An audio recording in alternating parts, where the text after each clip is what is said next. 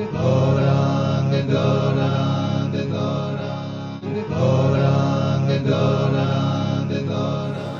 श्लाघ्यं चक्षुर्मीलितं येन तस्मै श्रीगुरवे नमः। नमो विष्णुपदाय कृष्णपृष्ठाय भूतले श्रीमते मधुसूदनाय वाकुजिति नामिने। नमस्ते मधुसूदनाय भक्तिपादप्रियाय ते दुर्लभकृष्णभक्तिमति स्वर्णकारिणे। वाञ्छाकल्पतरुभ्यश्च कृपासिन्धुभ्येव च पतितनां पावनेभ्यो वैष्णवेभ्यो नमो नमः। जय श्री कृष्ण चैतन्य प्रभु नित्यानंद श्री अद्वैत गदाधर श्रीवासादि गौर भक्तवृंद की जय। हरे कृष्ण कृष्ण कृष्ण हरे हरे राम राम हरे। वाञ्छाकल्पतरुभ्यश्च कृपासिन्धुभ्येव च पतितनां पावनेभ्यो वैष्णवेभ्यो नमो नमः। हरे कृष्ण। गुरु महाराज श्री मसन बापू जी, श्रील भक्तिपाद, श्रील प्रभुपाद और समस्त वैष्णव वृंद के चरणों का आश्रय लेते हुए मनुष्य जीवन के सबसे श्रेष्ठ लाभ हरि कथा का आज हमें पुनः सौभाग्य प्राप्त हो रहा है।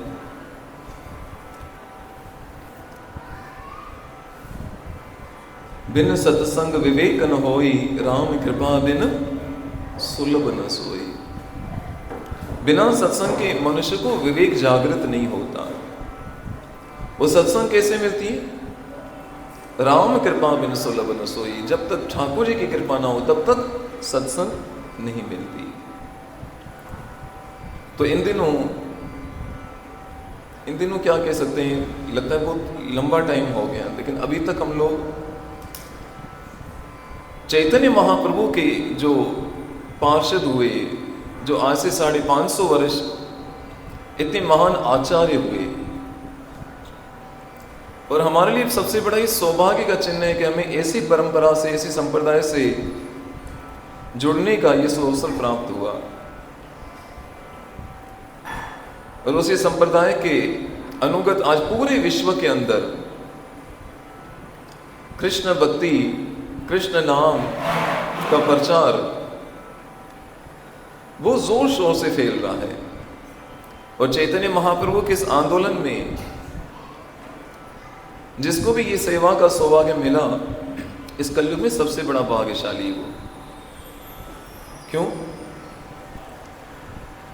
जीवन जोबन राजमद अविचल रहा न कोई, जो पल बीते सत्संग में जीवन का फल सोई।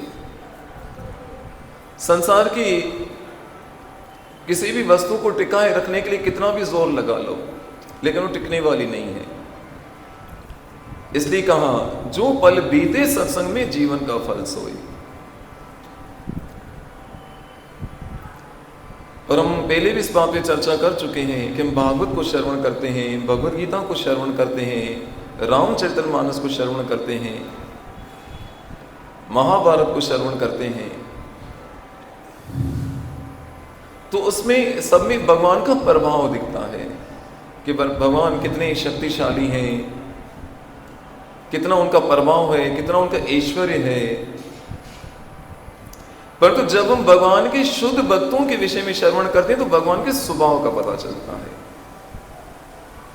एक होता है प्रभाव, दूसरा होता है स्वभाव। जैसे एक बहुत बड़ा कोई ऑफिसर हो, आईपीएस ऑफिसर हो या आईएएस ऑफिसर हो, कोई भी हो, तो जब वो अपने ड्यूटी पे होता है तो उसके यूनिफॉर्म से एक प्रभाव का प्रदर्शन होता है। वाह यार, क्या इसकी शान है। लेकिन जैसे वो घर पे आता है और अपने परिवार के साथ बैठता है, तब उसका वो प्रभाव लुप्त हो जाता है। और फिर उस समय क्या, उसका स्वभाव एक वात्सल्य, एक पिता की तरह जागृत हो जाता है। ऐसे भगवान अपने भक्तों के ऊपर इतना स्नेह रखते हैं कि भक्तों के सामने तो कृष्ण अपना ऐश्वर्य भी भूल जाते हैं और ऐसी ऐसी लीलाएं करते हैं इस जीव जगत के कल्याण के लिए कि लोग उनकी लीलाओं पर मुग्ध होकर उन पे अटिट होकर कृष्ण भक्त बनना आरंभ कर देते हैं। और वैसे भी देखा जाए तो प्रभाव से हमारा उद्धार होने वाला नहीं है।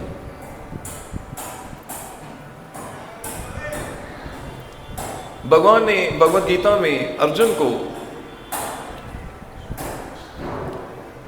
विराट स्वरूप दिखाया तो उसमें क्या दिखा? भगवान का ऐश्वर्य दिखा, प्रभाव दिखा।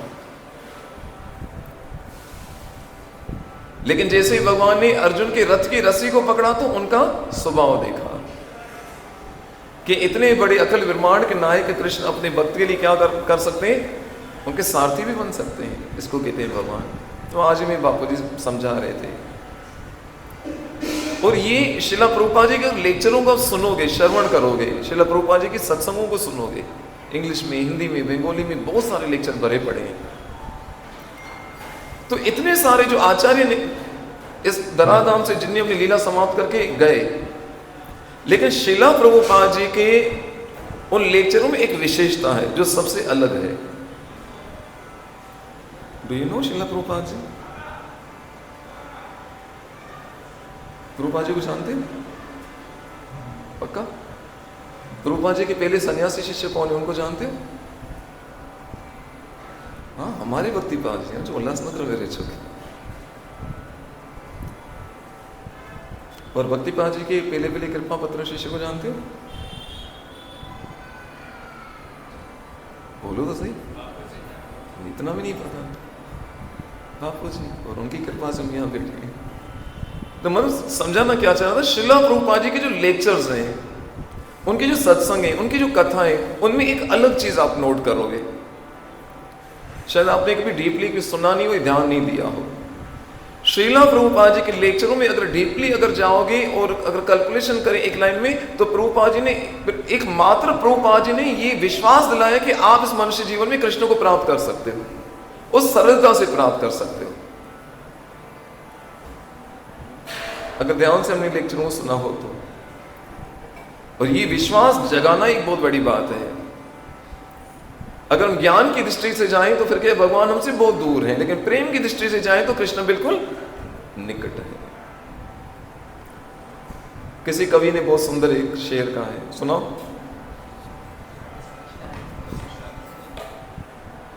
वो सच्ची में आ नहीं जाए यार। किसी कवि ने कहा, यूं तो मेरे घर की तरफ आने के लिए राहें बहुत कठिन है। क्या कहा?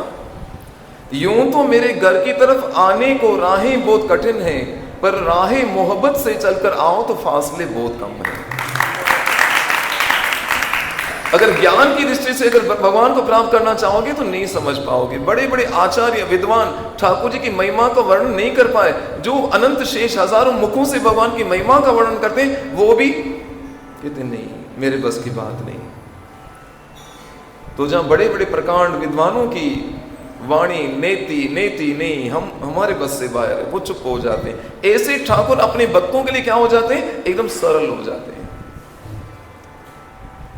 वो हम लोग गाते हैं ना सर, वो सबसे ऊंची प्रेम सगाई, सबसे ऊंची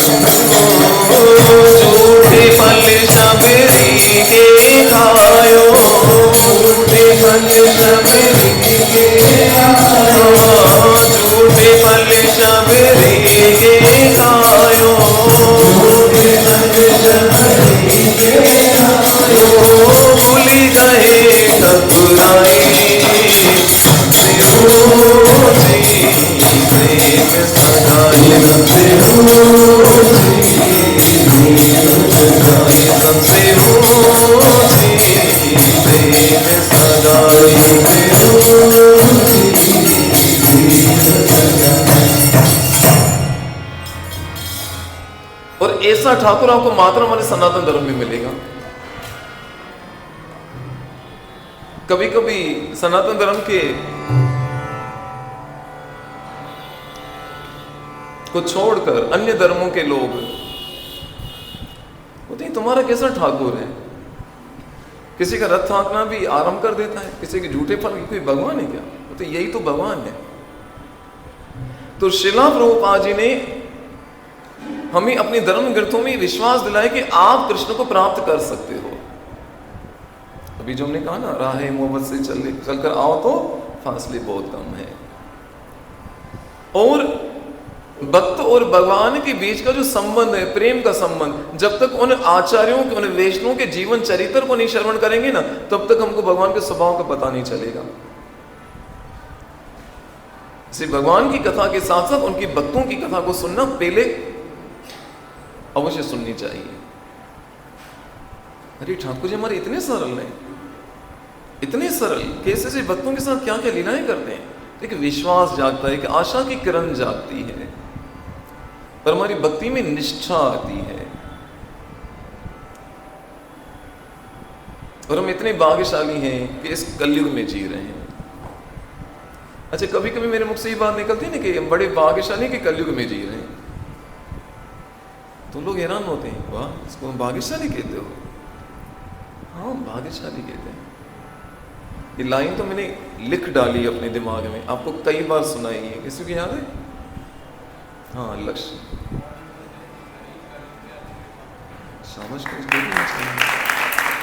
अच्छा, कोई एक बंदा तो ध्यान से सुनता है, बाकी सब कान से सुनते हैं। सफल है मेरी कथा करना। और जुगनते हरि कलयुगते अति कृपा करे, कि बाकी युगों से ज्यादा कृष्ण ने इस कलयुग पे ज्यादा कृपा की है।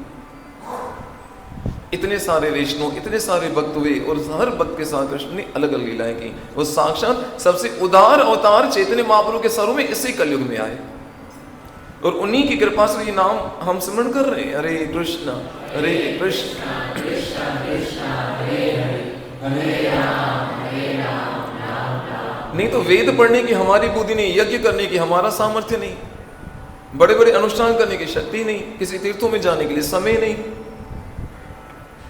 देखो चैतन्य महाप्रभु ने कह दिया कि एक वैष्णव जिस घर में होता है, जिस शहर में होता है, उस घर को या शहर को क्या बना देता है? वो भगवान के लोक के समान बना देता है। किसी एक तीर्थ में जाते हो तो मात्र उस एक तीर्थ में स्नान करने का पुण्य मिलता है, लेकिन हरि कथा में किसी हरि भक्त के चरणों का आश्रय ले लिया तो समस्त तीर्थों का निवास उनके चरणों में होता है। अभी 2-3 सत्संग मिस हुई ना, अभी मुझे वापस अपने ट्रिक पे आने में थोड़ा टाइम लगेगा। मुझे याद है ना गौर की कथा कर रहे हैं हम लोग, और इतने दिनों से हम लोग क्या करें, चैतन्य महाप्रभु के जो प्रिय पार्षद हुए, जो भक्त हुए, उनकी कथाओं को श्रवण कर रहे हैं। उनको श्रवण करते करते हम नरोत्तम दास ठाकुर जी महाराज के चरित्र पर पहुंचे हैं। थोड़ा मैं रिकेप कर दूं, आपको थोड़ी स्मृति में उभर रहा है कि हम क्या सुन रहे थे। कि इतने बड़े राजा के पुत्र नरोत्तम दास ठाकुर जी महाराज, जो बांग्लादेश में एक जगह थी खेतूरी, वहां से चलकर भारत में आए थे, बंगाल में, वृंदावन के अंदर लोकनाथ गोस्वामी जी से दीक्षा लेने के लिए। लोकनाथ गोस्वामी जी महाराज वो हैं जिन्होंने मुगलों के आक्रमण के बाद जो पूरा वृंदावन पूरी तरह से समाप्त हो चुका था, ये पहले आचार्य थे जिनको चैतन्य महाप्रभु ने इस वृंदावन की खोज के लिए भेजा था। बहुत हम्बल, उनकी समाधि आज भी राधा गोकुलानंदन में है। इसलिए मैं आपसे निवेदन करता हूं कि जब भी वृंदावन जाऊं तो बांके बिहारी के दर्शन बाद में करना, पहले हरिदास जी के दर्शन करना, जिनकी कृपा से बांके बिहारी प्रकट हुए। राधा श्याम सुंदर के दर्शन पहले बाद में करना, पहले श्यामानंद प्रभु के विषय में सुनना, उनके दर्शन करना, जिनकी कृपा से श्याम सुंदर जी प्रकट हुए।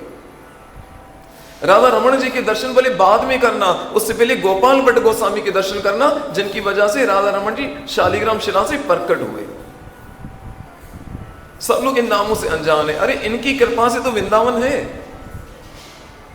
और इनके आशीर्वाद से ही हम ठाकुर जी के दर्शन कर सकते हैं।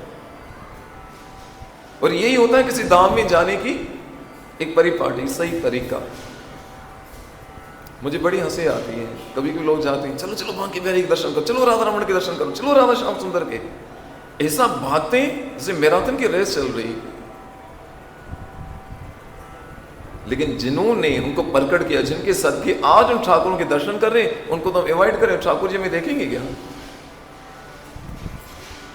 इसे जब वो ठाकुर जी के दर्शन करने जाते हैं ना, तो बहुत सारे चिपक के आगे चले जाते हैं दर्शन करने, एकदम गिरल के पास। उनका बस चले तो गिरल के अंदर चले जाएं। ये ठीक नहीं तरीका। हमें अपने आचार्यों से सीखना चाहिए। अच्छा, बापू जी कहां पे खड़े होते हैं दर्शन करने के लिए? सबसे आगे के बिल्कुल पीछे? सबसे पीछे। क्या रीजन? हम तो बॉर्डर क्रॉस करे जाए। इसी जितने हमारे आचार्य उनसे सीखना चाहिए। दर्शन कैसे करना चाहिए? पहली बात तो ऐसे शास्त्र के अनुसार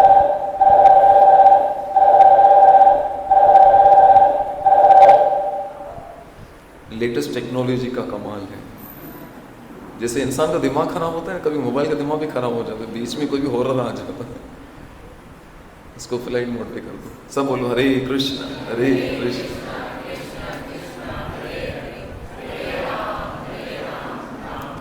तो वैसे शास्त्र के अनुसार ये कि जहां से भी आपको ठाकुर जी दिखते हैं, अब वहीं से उनको प्रणाम कर सकते, जरूरी नहीं कि आगे जाकर करो।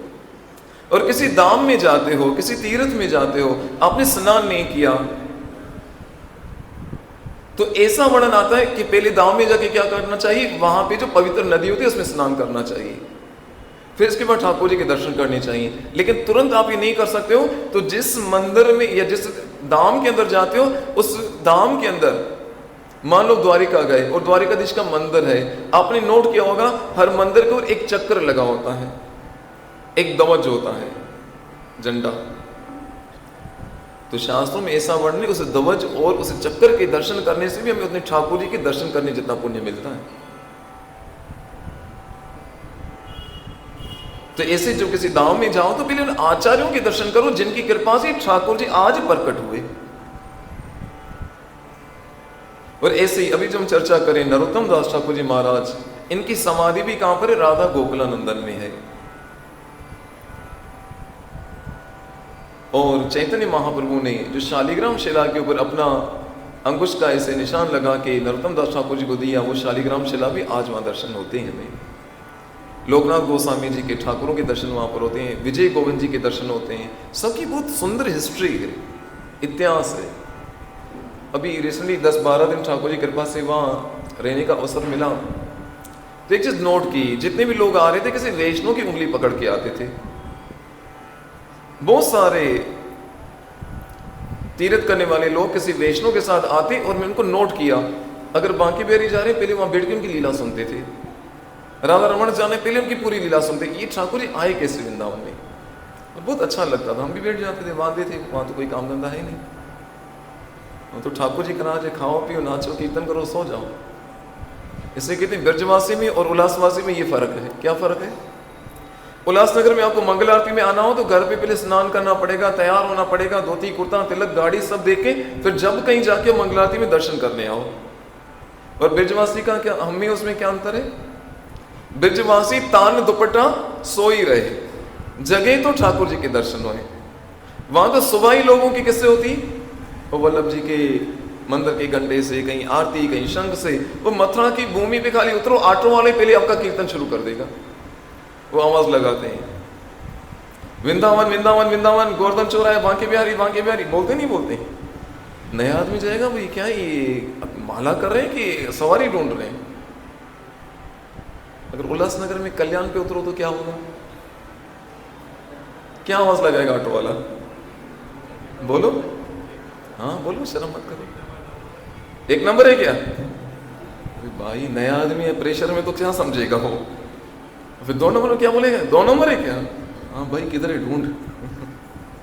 ये होता है धरती का प्रभाव। देखो ये अंदर है। तान दुपट्टा, ब्रजवासी तान दुपट्टा सोई रहे, जगह तो हरि दर्शन हुए। इसकी बस ऐसे आंख खुली, दुपट्टा गोदड़ी हटाई, ब्लैंकेट हटाया, चादर हटाई, सीधा ठाकुर जी के दर्शन। से जतन करने पड़ते। इसलिए महीने में, 6 महीने में, 5 महीने में ऐसा टाइम निकालो जब किसी धाम में दर्शन करने जाओ, वहां उन साधु संग करो, उन तीर्थों में जाओ।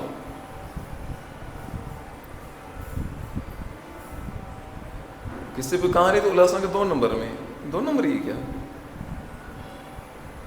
नाम पड़ गया पूरा, क्या वो इतना फेमस उल्लासनगर, तारक मेहता केस में आ गया। किधर जाना है? बोले यूएस। बोला वीजा? बोलते नहीं, उस यूएस में जाने की वीजा की जरूरत नहीं। तो किधर है? बोले यही तो है, गुजरात के बॉर्डर पे। इसे कभी कभी जाना चाहिए, उन आचार्यों के दर्शन करने चाहिए, क्योंकि याद रखना ऐसे महात्माओं का मत है, भक्त भक्ति भगवंत गुरु चतुर नाम वपु एक। भक्त भक्ति भगवंत और गुरु, ये 4 दिखने में अलग है, लेकिन क्या है? दिखने में अलग है लेकिन है एक। इन्हों के चरणारविंद के आश्रय लेने से नाशे विघ्न विनाश, विघ्न अनेक। यानी इनके चरण आश्रय लेने, चारों में से किसी का आश्रय ले लिया, भक्त भक्ति भगवंत और गुरु, इन चारों में से किसी एक के साथ जुड़ गए तो आपके अनेकों जो विघ्न है ना जीवन के, वो सब नष्ट हो जाएंगे। ऐसे नरोत्तम दास ठाकुर जी का हम चरित्र श्रवण कर रहे थे, ये तो मुझे फिर से अब रिकेप करना पड़ा और स्मरण करवाने के लिए कहां पे थे।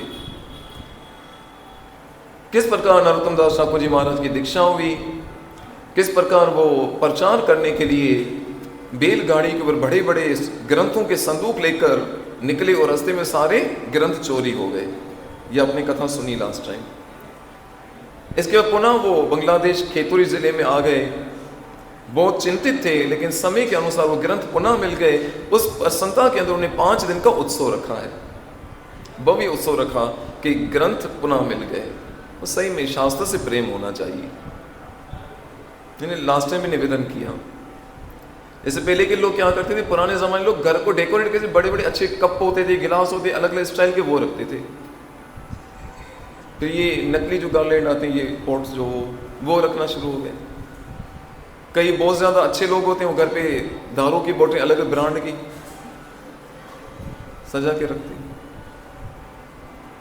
ऐसे वैष्णव को क्या करना चाहिए, अपने घर में कोई ऐसा एक अच्छा डेकोरेट करना जिसमें सारे ग्रंथ रखे हों, वो सफाई के साथ, उनको देखने से क्या हो, बस वो दर्शन करने से पता नहीं क्या ठाकुर जी की याद आ जाती है। भगवत गीता देखने से क्या याद आता है, अर्जुन और कृष्ण याद आते हैं। भागवत को देखोगे तो भगवान के प्रिय भक्ति याद आते हैं। ऐसा एक कोना होना चाहिए। वो कोई किसी दौर में एक गजल सुनते थे, पंकज जुदा से, अरे वो याद है कुछ कर सब मामूदर बोलो, मुझे डाउनलोड हो जाए तो। हाँ, आ गया।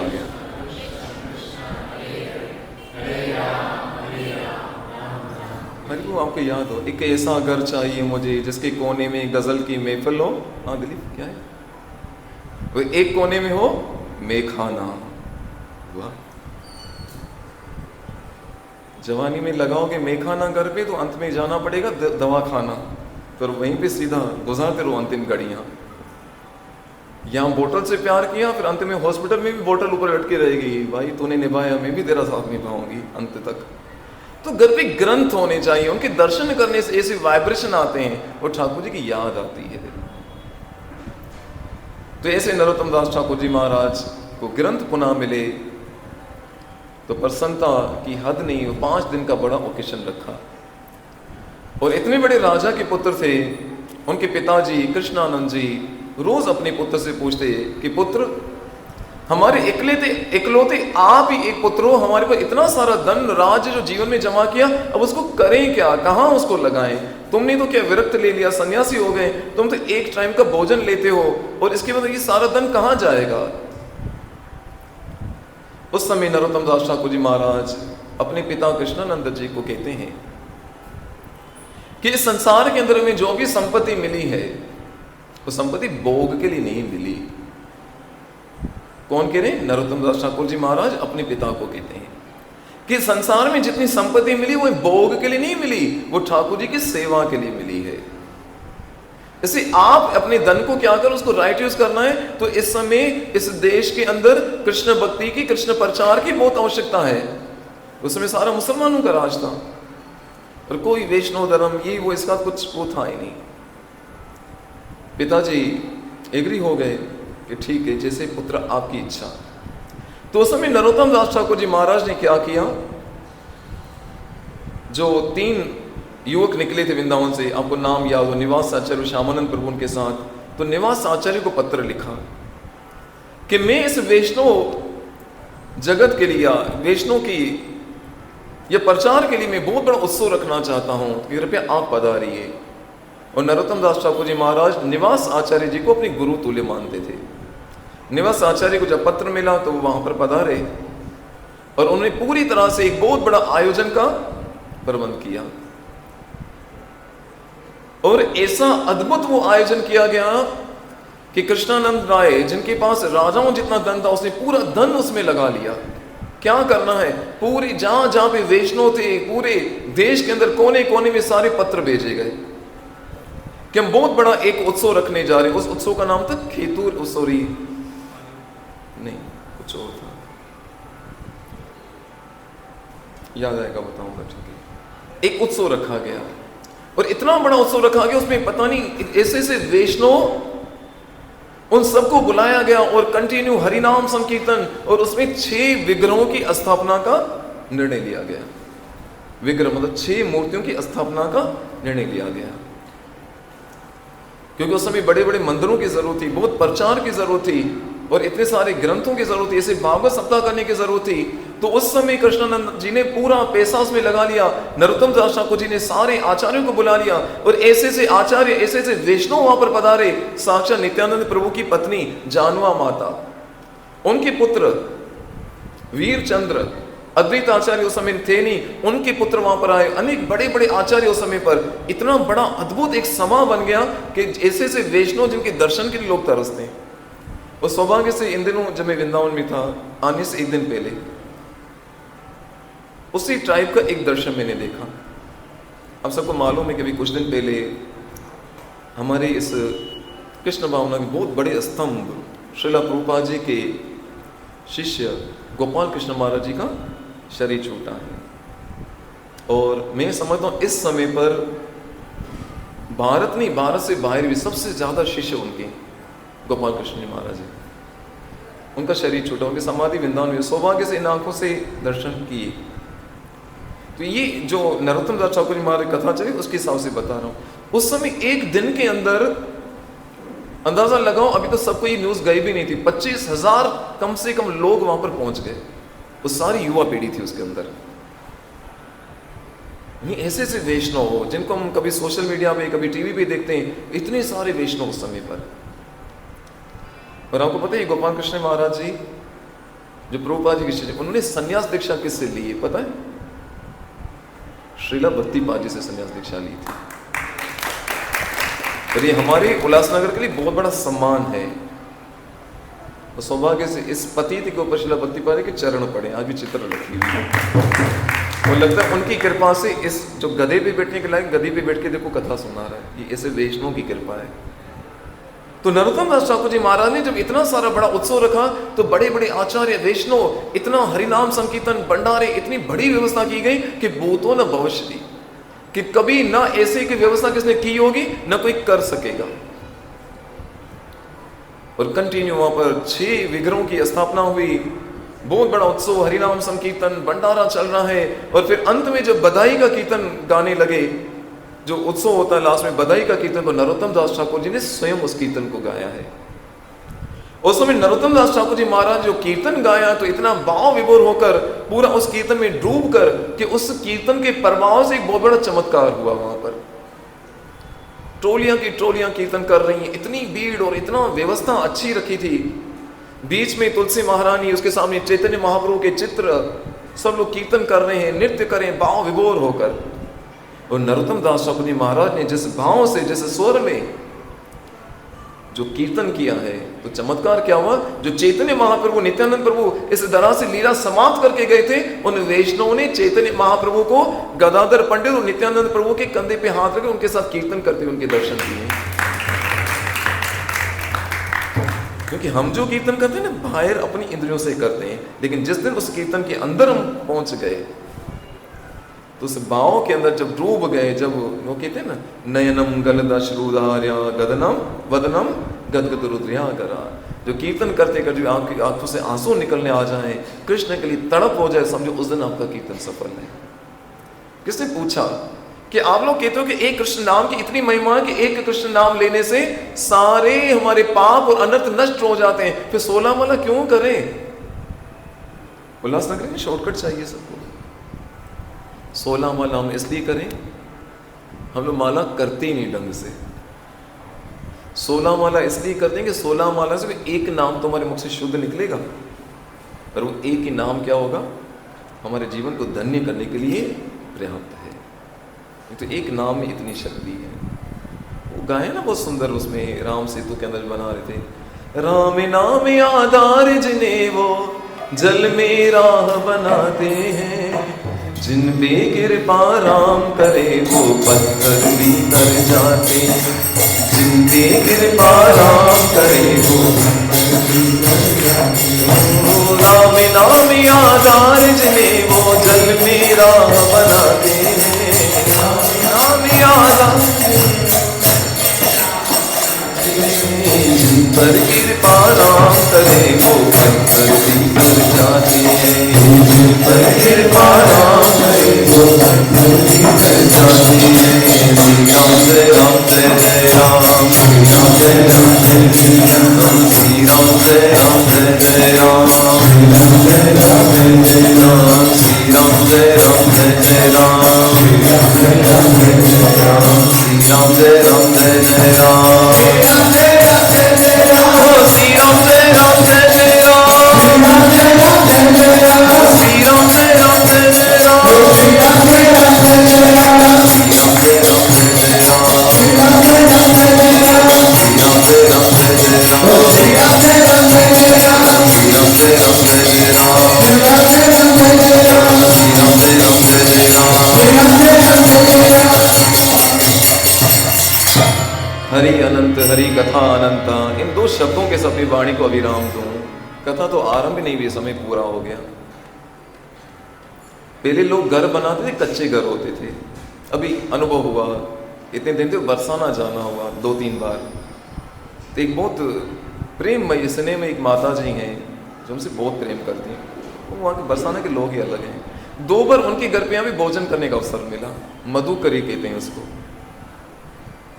जबकि उनकी 2 बेटियां दिल्ली के अंदर बहुत बड़ी डॉक्टर हैं, लेकिन उनका अपना घर देखोगे ना, एकदम मिट्टी से लिपा पोता, एकदम सिंपल, गाय एकदम मिट्टी से। और जो कोई अतिथि जाए, भिक्षान दी, आ जाओ बेटा, गरम गरम रोटियां। उसके घर को देख के मुझे बात याद है, क्या सिंपल लाइफ और हाई थिंकिंग। और यहाँ पर इसका उलट करो तो, सिंपल लाइफ हाई थिंकिंग का उलट करो तो क्या होगा? Cheap thinking hi-fi life.